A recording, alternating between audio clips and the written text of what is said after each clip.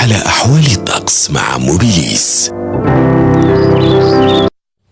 مشاهدينا الكرام، السلام عليكم ورحمة الله تعالى وبركاته. مصلحة الأرصاد الجوية ترتقب خلال ليلة اليوم أمطار رعدية نحو المناطق الغربية، قد تكون معتبرة محليا خاصة بالنسبة للمناطق الساحلية وحتى المناطق الداخلية. إذن من خلال صور القمر الاصطناعي نلاحظ السحب التي انتشرت خلال ظاهرة اليوم على كافة المناطق الشمالية، كانت بدون فعالية على المناطق الوسطى والشرقية، لكن ابتداء من هذه الليلة بحول الله الأمطار ستخص كل المناطق الغربية وأيضا الوسطى. إذن بالنسبة لصبيحة الغد الأجواء ستكون غائمة غير مستقرة باردة أيضا نحو المناطق الغربية، مرفوقة بأمطار رعدية أحيانا تكون معتبرة محليا وأيضا تكون مرفوقة ببرد.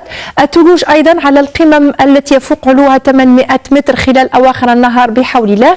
الرياح هي الأخرى ستكون قوية نسبيا، تصل أحيانا إلى 60 كيلومتر في الساعة على السواحل وحتى على المرتفعات أو المناطق الداخلية الغربية. على المناطق الوسطى الأمطار أيضا ستكون تحت وقع الرعود، طقس غير مستقر وغائم مرفوق أيضا بثلوج على المرتفعات التي يتراوح علوها 800 متر. أما على المناطق الشرقية الأجواء ستتغير أكثر فأكثر، لتكون هناك بعض الأمطار التي ستزداد استمرارية خلال أواخر النهار، والثلوج أيضا ستتساقط خلال ليلة الغد على المرتفعات التي يفوق علوها على 800 متر دائما. أجواء مغاشاة على شمال الصحراء والواحات، وصفاء تام على الجنوب الغربي لغاية أقصى الجنوب، مع هبوب رياح معتدلة بالنسبة للمناطق الوسطى أو بوسط الصحراء، مما ستعمل على تطاير الرمال. درجة واحدة ستسجل خلال ليلة اليوم بباتنا بخنشلة، أيضا 6 إلى 9 درجات على كل المناطق الداخلية الأخرى، 8 إلى 10 درجات هذا على السواحل، 9 درجات أيضا بشمال الصحراء، 13 بوسط الصحراء، وهذا سيكون على مقياس 6 درجات فقط بتمن راست وجنات.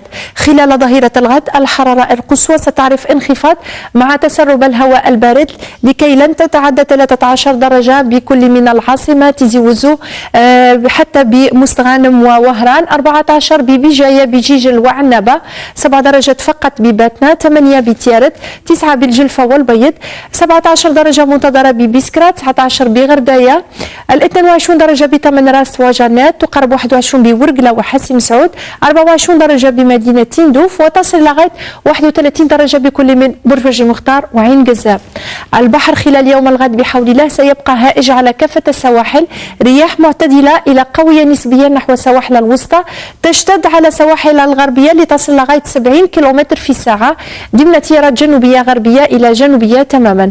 بالنسبة للأيام القليلة المقبلة بحول الله خلال يوم الأحد بداية الأسبوع إذن ستميزها أجواء غير مستقرة وباردة، هذا على المناطق الوسطى والشرقية، مرفوقة بأمطار أحيانا أيضا ببرد، تكون معتبرة محليا.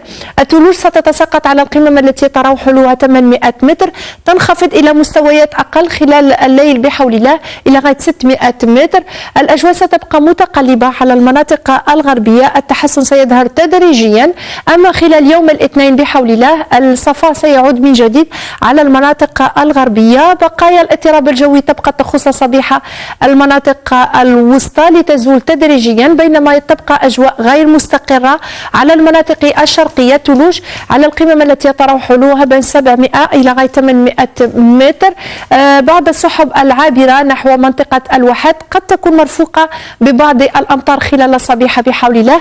البرودة أيضا تبقى محسوسة خلال هذه الفترة، وخلال يوم الثلاثاء بحول الله التحسن سيعود من جديد على المناطق الوسطى والغربية، لتبقى الأجواء متقلبة مع بقايا بعض الأمطار خلال الصبيحة نحو المناطق الشرقية، وصفاء تام على كل المناطق الجنوبية. خلال يوم الغد بحول الله وقت شروق الشمس على مستوى العاصمة سيكون بحول الله في حدود الساعة 7 صباحا و50 دقيقة. ولأكثر تفاصيل تبقى عناوين مصلحة الأرصاد الجوية في الخدمة.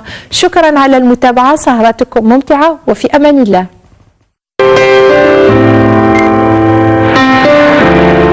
قدمت لكم موبيليس الأحوال الجوية.